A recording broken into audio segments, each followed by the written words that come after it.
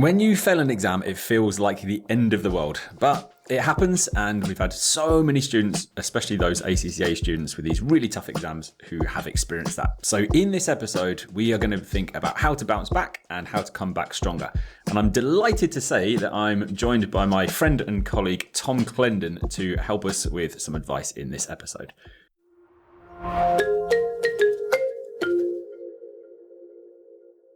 So, hi Tom, do you want to just tell listeners a little bit about yourself, and then we'll get into what to do if you failed an exam. Hello Andrew, thank you for inviting me. Yeah, my name's Tom Clendon, I'm an ACCA member and I have been helping students pass their ACCA exams for the whole of my career. So yeah, it's ACCA's my passion, it's in my blood, and I've certainly helped many students come back from a temporary setback. So students do fail these exams. The pass rates for most subjects, for both of ours, are consistently around the sort of 50% mark. So when you think 1 in 2 students aren't passing every exam, this is going to happen. So what do you say to students who have failed an exam? Like, what's the first thing you'd say to someone? I think the first thing I say is I'd like to listen to your story. I'd like to understand why you think you didn't pass the examination, because that becomes a starting point for the discussion.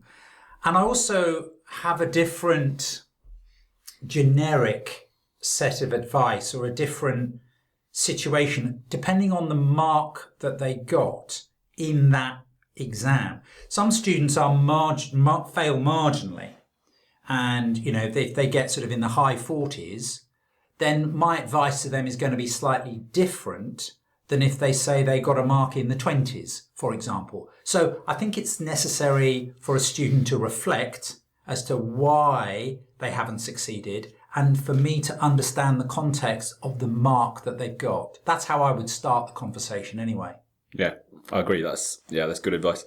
It's a tricky balance between reflecting, isn't it? But then also not letting it bring you down. So there's an element of, we've got to think about what didn't go too well, and you've got to think, how could I have changed things? But then equally, you've then almost got to let it go at the same time. You've got to be angry. You've got to be upset. Yeah. You've got to work through that process. I genuinely don't like talking to students on the day of the results, or even the day after the results, because it is too raw.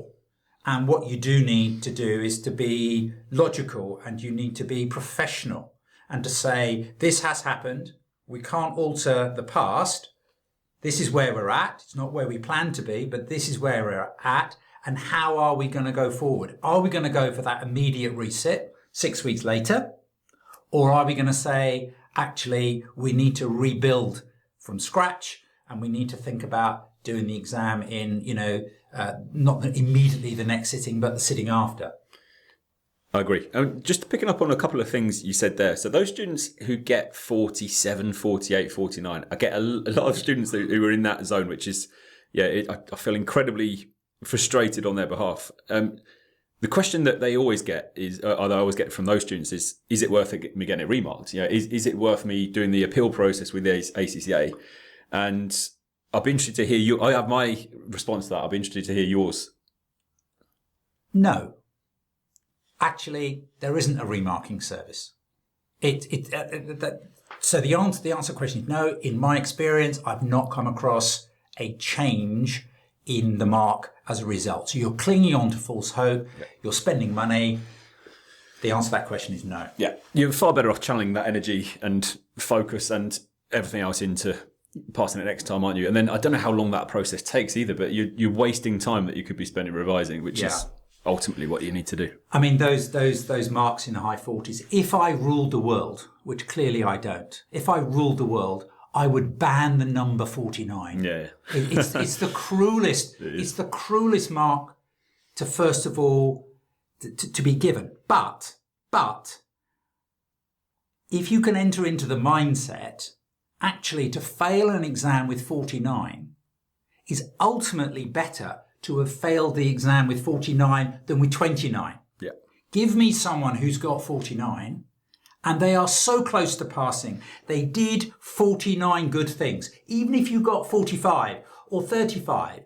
The mindset is you have done all of those good things, and next time you just need to do a bit more. So actually, it's a terrible thing to say. It takes a little bit of time to digest, but it's the best mark to fail with, 49. Initially, it's the worst mark to fail with, but ultimately it's the best mark to fail with because it means you're really close to passing, and you will pass next time. Yeah, absolutely. Brilliant. So what would you say those students who go on to pass after failing an exam, like what would they do differently from what they did the first time round? Because I hear all sorts of students saying, right, I'm just going to do it again. And then they seem to take the same approach. They approach it in the same way. They're up against it. They've got work commitments. They've got family life. They've got social events. All these things happen. And again, we completely understand that is the case. It feels a lot of the time it's the same story. So what do you say to students who are attempting it for the second time or more? I mean, it is the definition of madness, isn't it? To do the same thing again and again and expect a different result. Yeah. So the key to success is part of that reflection process is to work out a different plan, a different strategy, and to be honest with yourself. And that may be by talking to a tutor, that may be by talking to your loved ones, that may be by talking to somebody who is at work, who is qualified, who understands the ACCA process and understands it, rather than just talking to yourself and going, and I'm absolutely mad. So it is about doing something different. And that's partly the context of listening at the beginning and understanding where things went wrong. I mean, there are some generic issues. What are your generic issues in your experience, Andrew, as to what people need to do differently going forward? For AFM, it's usually practicing questions. I get the number of students. You say, oh, so how many questions you did? Oh, I didn't really have time. I was so busy reading the chapters. I didn't really have time to practice many questions. So for me, doing something differently is going, right, let's flip this around. Rather than focusing on reading stuff and doing the theory, let's practice questions first, and actually to time, get the timer out, get the exam software ready, so really replicating those conditions. Too many students go into AFM thinking, I understand this, I'll be able to work the questions out, but it's not, what it's like. These exams aren't about, you don't want to be trying to figure out questions on the day. You want to know the tricks, you want to know the layout, you want to know all the little things you need to do. So yeah, for AFM, it's almost certainly it's going to be like, let's really hammer the question practice and mocks to time, try and get that absolutely sorted. How about SBR? Well, funnily enough, Andrew, question practice is very much the go-to support. I mean, sometimes people have knowledge gaps, and sometimes they have particular exam technique issues around particular questions and not moving on. But I think there's generally two reasons why students sometimes don't pass the exam. One is a lack of knowledge, and the other is a lack of time, a lack of exam technique, a lack of moving on. That they're too perfectionists and they run out of time. It's a very time-pressured exam. And the lovely thing about doing question practice is that actually you're addressing both of those issues. And what you said, Andrew, was just so spot on. It was about doing questions to time.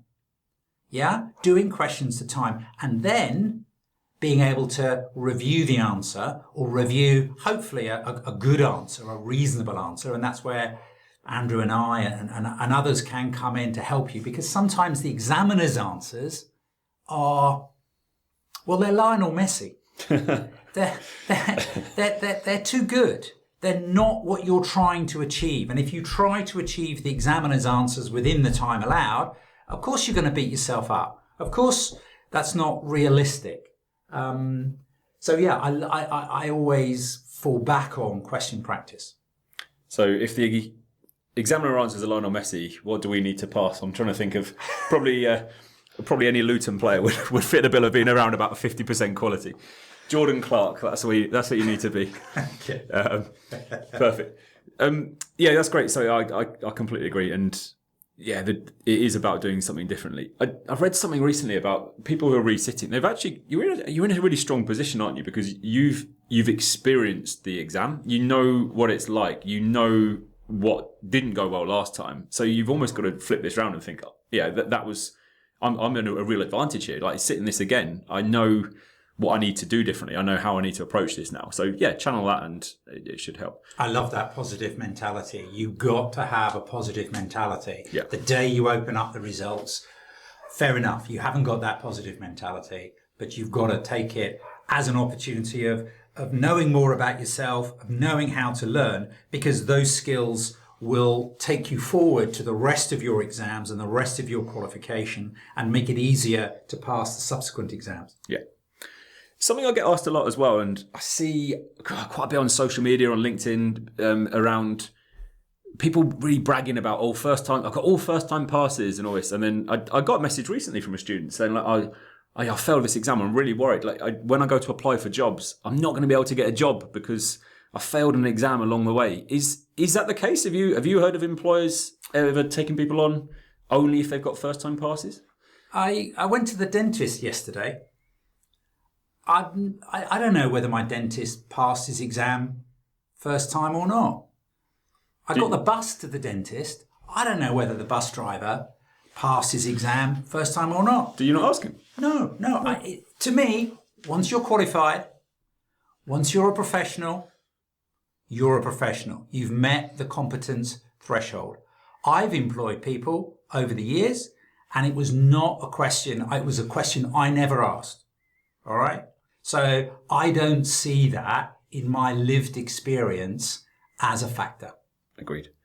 I'm exactly the same in that I've employed people in the past, and they're qualified, they do the job, they've got the right attitude. It's just not a problem at all. And actually, if a company is asking that question, it'd put me off applying there, wouldn't it? I'd think, well, if that's something that you're worried about, and you're not worried about the resilience that you've shown to bounce back and the determination and the grit and the extra work you've had to put in, then they're probably not the best place to work anyway. So I'd say it's their loss. So yeah, for me and for you, Tom, we agree. It's just not an issue, is it? Absolutely. It's just not an issue. Absolutely. So my final question that a lot of students who are resitting struggle with, because it does... Yeah, it knocks people for six, doesn't it? And it's hard to bounce back. And it's all well and good us saying, right, you've got to come back and do loads of questions and do all this. So motivation, like how would you get up for it? And yeah, some of these students have it feels like they've given so much time to that exam, and then they end up with 48 or your favourite number 49. What would you say to students whose motivation is shot and they just need something to pick them up and to drive them on to passing next time? Well, they're being honest, aren't they? This is part of the reflection process. And I like that word motivational, Andrew, because to do these exams, you've got to be a self-starter. To do these exams, you've got to be resilient. To do these exams, you've got to make sacrifices. So why are you doing the exams? What is your motivation? Is your motivation money? Fine, not a problem with that. Is your motivation career progression? Is your motivation to fulfill your potential? Is your motivation to provide for your family, to get a better house, to move job, whatever it is? Yeah, you will have a motivation. And share that motivation with your loved ones. Share that because you're sharing the sacrifices, because you're not going out in the evenings. Yeah, you're turning down those invitations. You're becoming a bit boring because you're absenting yourself from family events and friends events. So get them on side. Get them to understand what getting qualified can do for your self-esteem, can do for your career, can do for your financial stability, can do for your family. Yeah. So think about your motivation and write it down. Have a plan as to when you want to be qualified, what exams you've got left to do. And please be realistic. Yeah? Please be realistic. You do not have to do an exam every 3 months. Yeah? That's not necessarily the most efficient way of organizing your life and your career. So, yeah, I mean, ultimately, if you're shattered, ultimately, if you know that you've got Eid coming up, or you know you've got Christmas coming up, or you know you've got a big holiday coming up, take a break. Take a break. Be kind to yourself. But yeah, I mean, motivation is very personal. What motivated you, Andrew, when you were studying? Because you studied, you got qualified, you put the effort in. What was it? What was in it for you? Oh, yeah, it was a mix of several factors you said earlier, I think. Because I was at PwC at the time, so it was very much, there was the peer pressure, like it was you didn't want to be that person who didn't qualify and everyone else went ahead and everything else. So it was almost an inbuilt pressure there. But also at PwC, when I did them, it was if you failed an exam twice, your contract got cancelled. So I mean, there was a real job satisfaction. So in terms of pressure, it was almost inbuilt, which I suppose made it a little bit easier rather than students who are studying on their own or have to find their own motivation. But that then led to career progression. It led to pay rises. So there are all sorts of motivation was almost inbuilt as a PwC. But as you say, it's very personal and it's something that students have to find out themselves. Right, thanks ever so much, Tom, for joining, and I'm sure everyone found that really useful if you're resitting. The main thing is really, stay positive, focus on what you can do differently next time. Tom, if anyone wants to find out a little bit more about you, or if they want your support to get them through SBR, how can they find out about that? Well, Google is a wonderful thing, isn't it? My name is Tom, T-O-M, Clendon, C-L-E-N-D-O-N. So I'm on LinkedIn, I'm on YouTube. So reach out to me, please. I have my own website, www.tomclendon.co.uk. So if you want to find me, if you want to track me down, you'll track me down. Thanks ever so much, Tom, and thanks for listening.